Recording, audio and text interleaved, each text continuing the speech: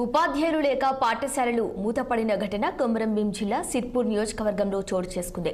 ఇటీవలే ఉపాధ్యాయులు బదిలీపై వెళ్లడంతో కౌటాల మండలంలో 8 పాఠశాలలు మూతపడ్డాయి. దీంతో విద్యార్థుల తల్లిదండ్రులు ఆందోళనకు గురవుతున్నారు. ఉపాధ్యాయులు బదిలీపై వెళ్తే కనీసం సర్దుబాటు కూడా చేయలేదని, ఇలా అయితే పిల్లల భవిష్యత్తు ఏమవుతుందని ఆవేదన వ్యక్తం చేశారు.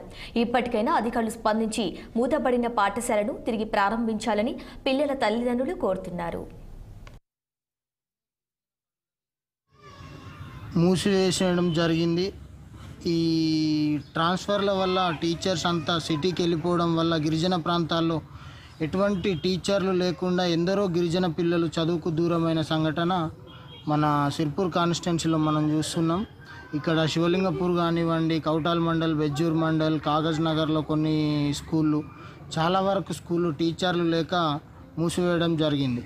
గవర్నమెంట్కు మేము విజ్ఞప్తి చేసేది ఏంటంటే, గిరిజన ప్రాంతమైన కొమరంభీం జిల్లాను పట్టించుకొని మాకు వెంటనే టీచర్లని ప్రొవైడ్ చేసి స్కూళ్ళను రీఓపెన్ చేయాల్సిందిగా గవర్నమెంట్కు విజ్ఞప్తి చేస్తున్నాం 60 ద్వారా.